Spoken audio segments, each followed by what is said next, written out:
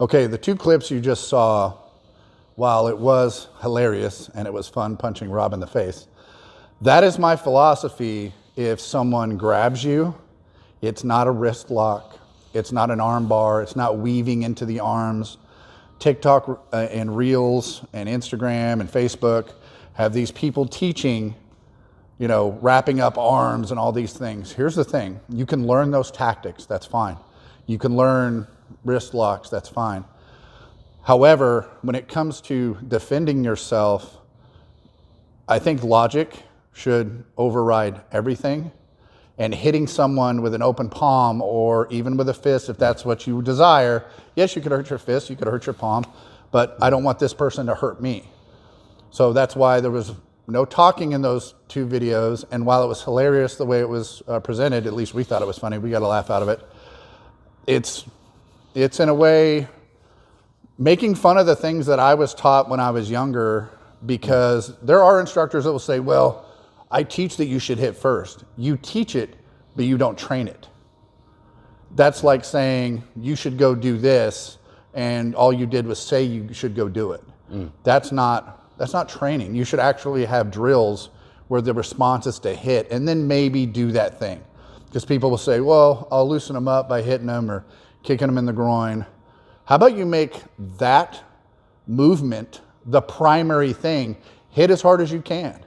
If someone grabs your wrist, if that's a thing, which happens in domestic altercations or relationship altercations quite a bit, even if it doesn't happen like just between, you know, random dudes or something, but potentially being poked in the chest or anything else, that's something that can occur. So I'm advocating to, just like I have in other videos, to hit first if that's an option.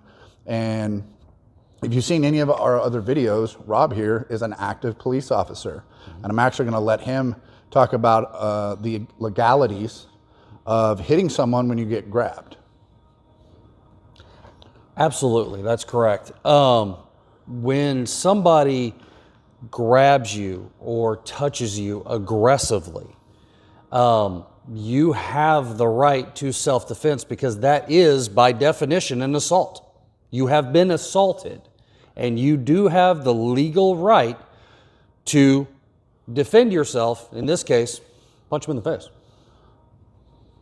And that's the simple. Now, here's the thing with legalities too, and you know, Rob could touch on this if he wants to, but something that's not always cut and dry, you still may have to defend yourself in court, because there is a legal system.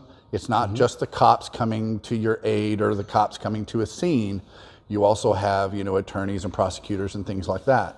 But my immediate safety, if I was grabbed suddenly, I'm going to hit immediately, most of the time.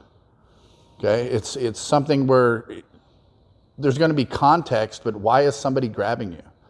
It's not the same as somebody bumped into you, or they say, you know, hey, how's it going? Right. Aren't you a police officer? Yep. That's correct. He can't jack me in the jaw if I just do this. That's correct. Had he given me, if he was in uniform and he gave me a command, because he wouldn't let me get that close anyway, there's a difference. Yep, that's So correct. context will always apply, but these things that are being shown, even by some jiu-jitsu guys, this is not just traditional martial artists. Please don't think that I have it out for traditional martial arts. I have it out for bad instruction, period. And there is bad instruction even in the gun community, even in the law enforcement community. We do. We could go on and on about a lot of different things that aren't traditional martial arts that, in my opinion, are irresponsible the way it is taught. So, remember, we teach in our gun classes and things of that nature. Remember, there's two battlegrounds. There's the initial confrontation, and then there's the legal battle that happens later. You got to survive both. Absolutely.